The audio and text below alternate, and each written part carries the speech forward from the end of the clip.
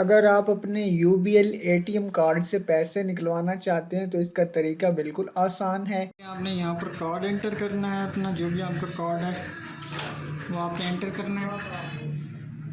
Enter करने के बाद अगर उर्दू आप सिलेक्ट करना चाहते हैं उर्दू सिलेक्ट कर लें, इंग्लिश सिलेक्ट करना चाहते हैं इंग्लिश सिलेक्ट कर लें, और मैं उर्दू सेलेक्ट कर देता हूँ। अब उर्दू सेलेक्ट करने के बाद बायोमेट्रिक के ज़रिए अगर आप निकलवाना चाहते हैं तो आपने यहाँ पर बायोमेट्रिक का आपको ऑप्शन नज़र आ रहा है, आपने बायोमेट्रिक आपने सेलेक्ट कर लेनी है। अदरवाइज़ नीचे पिन का है, वो आप पिन के ज़रिए भी निकलवा सकते हैं। मैं बायोमेट्रिक ट्राई करता हूँ। अब ये मुझसे यहाँ पर प्लीज़ वेट, अब यहाँ पर मुझे अपना अंगूठा लगाना पड़ेगा। यहाँ पर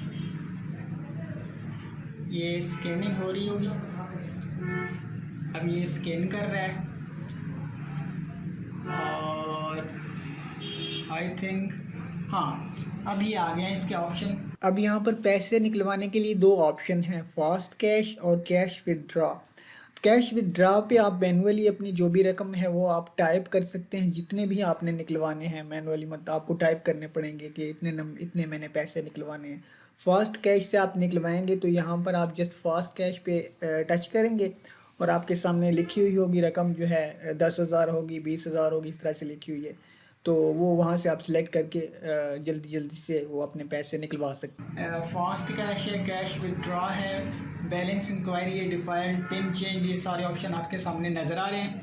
अब आपने क्या करना है कि यहाँ पर फास्ट का कैश को आपने टच करना है। टच करने के बाद आप जितनी भी अमाउंट आप निकलवाना चाह रहे हैं तो आपने उस अमाउंट को सिलेक्ट करना है। मैं ट्राई करता हूँ 500 चेकिंग के लिए।